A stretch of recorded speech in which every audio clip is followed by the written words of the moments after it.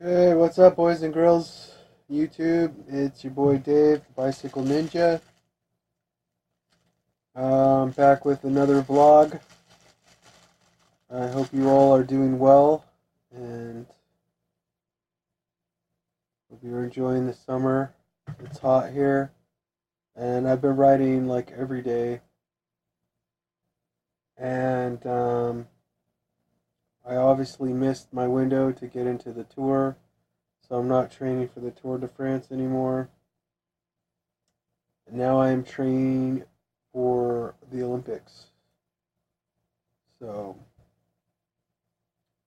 slightly different training. Instead of training for the tour, for long up and down hills and stuff. Uh, Now I'm just training more time trial stuff. You know, so just trying to be more consistent with my pedal strokes. Just trying to be efficient, flatland, and so forth. Um, so, anyways, yada yada yada. Hopefully, I can get into the Olympic trials because I'm not going to have too many chances. I mean, my life is so nuts. You guys have no idea what I've had to go through like these last couple months or years or whatever. I mean, it's just been nonstop. So, what is going on with my cycling team? Well, I'm proud to say that I've managed to repair every single bike. If you watched my last video on my cycling team, and they're all up and running. They all still need a little bit of work. The BMX bike needs rear brake work. Um, the black bike is completely ready to go. My mom's bike is completely ready to go. And um, the black Diamondback is is up for sale on Craigslist, and it needs tubes. So next payday, I'm gonna buy some tubes. And then the blue Diamondback has been chilling for a couple weeks because the red giant iguana has just been on point. So I've been riding the crap out of the red giant iguana. I've been watching the tour every day, but it kind of bums me out to watch because I'm supposed to be in there mixing it up with those guys. But there were a lot of circumstances that piled up against me that kept me from going to the France this year. There's always next year, I know, but I was like, I was in tour shape. I was riding like crazy. I was so ready for the tour. I just couldn't get the bike and my stuff together, and I couldn't get on a team, so it didn't happen. But maybe there's always next year, whatever. And there's the Olympic trials coming up too, so uh, there's still a lot of reasons for me to keep training. So I just keep riding hard every day. On the red giant iguana, I gave it the most, almost the most aggressive tune I could possibly put into a mountain bike.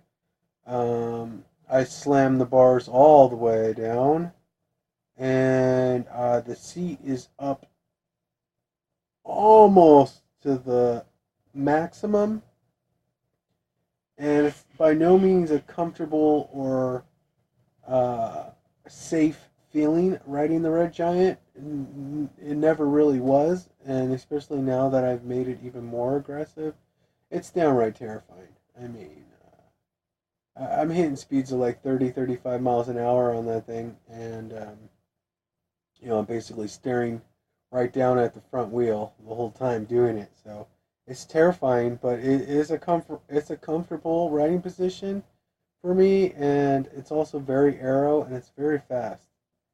So basically the Giant is it's an old steel mountain bike, but it's the touring bike for me now. It's an extreme commuter, so and I've just been flying on that thing. I just love riding it so much. It's just so fast. It's just such a great bike. But it's both the Blue Diamondback and the Red Giant have Front cone issues. I don't know if the bearings have to be replaced, repacked. I'm not never really been good with like hubs and cones and stuff. I've dealt with them before, but I've never been that great with them. Um, so yeah, next pay period. Hopefully, if I'm smart, I'm gonna buy uh, more tools for the shop, and I'll have the spanners to work on the front hub of my bike. Anything to stay away from the bike kitchen because they disrespected me over there big time. And the other bike shops, they kind of dissed me a little bit too. So I didn't really appreciate that. So I was kind of like, screw you guys. I'm like, I'll start my own bike shop, and that's essentially what I've done. Originally I set up a bike shop to work on my own bikes, but now that it's up and running, I mean, I can work on other people's bikes too. I could do anything, you know, a bike shop can do. They need parts, I'll order the parts. Um, so after next pay period, I think I'll have just about every tool to work on every bike, which is pretty exciting. So that's kind of been a lifelong dream of mine to open my own bike shop. And I also already have clients. I'm already working on people's bikes. My deal is, if they're friends, family, or children, I will charge them nothing for labor and just whatever I pay for parts. And um, you know, if you're not a friend, family, or child, I will charge you a very fair rate, even cheaper than the bike kitchen probably. So I mean, obviously, I deserve a few dollars, for dialing in your bike. But I've gotten pretty freaking good at it. I don't knock on wood. I don't want to be too cocky or anything, but I have learned a lot about bikes. I still have a lot to learn. I don't know everything, but my shop is open and running. So I did that. I built a bike shop from nothing and a bike team. And my bike team is the best at what they do. So I'm pretty stoked with my cycling career right now. The only thing is that, obviously the majority of the world doesn't know about my cycling team. I haven't won any major races or anything like that. Um, I'm all self-sponsored, self-driven. Um, I think if I do get a good road bike, I'm going to enter some local races. But we'll just let cycling do what it wants with me. It's always been that way. I never really chose cycling; it always chose me because it always came down to the choice between cycling or walking. Cycling or walking. All right, nothing against walking. Walking's great and everything, but walking all the way across town on a hot day is awful. Okay? The average person walks like 2 miles an hour. It will take you forever to get where you're going. It'll take you like all day to get across town. Okay? And the only other option, I can't afford a car, obviously.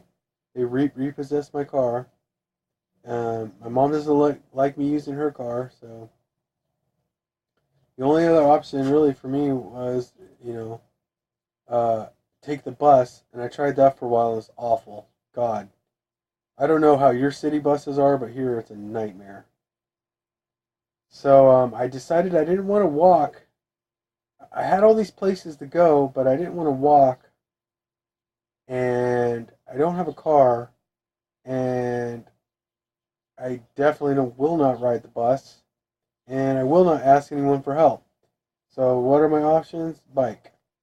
So that's what happened. When I lost my car, immediately the family bike was there, old Blackie. And that's what I rode forever. For like, God, 10 years, 15 years or something. Geez, 10 years, I think. For a long time. So, and it was way too big of a frame for me. I ride like a 17 and 19 inch frame, and that was a 22-inch frame, I think. and somehow I pulled it off. And it wasn't until I bought the Red Giant Iguana. When I bought the Red Giant Iguana, when I saw the Red Giant Iguana, it was love at first sight. I knew I had to have her. And then once I had her, like, she completely, once I started riding her, the Red Giant Iguana just completely reignited my passion for cycling. And I don't want to say love, because I can't say I love sports or inanimate objects, okay? But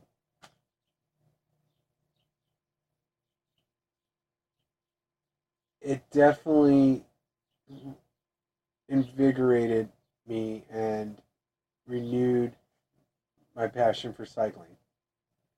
And because riding that bike was just such an absolute joy, and still is, and it's just such a marvelous bike. And I just enjoyed riding the bike so much. It's the best bike I've ever ridden. And she's right out that window. Right out that window is the Red Giant Iguana. Hi, Red Giant Iguana, you're great. The Red Giant Iguana and the new blue Diamondback share a bike garage right outside my window. I like to keep them close.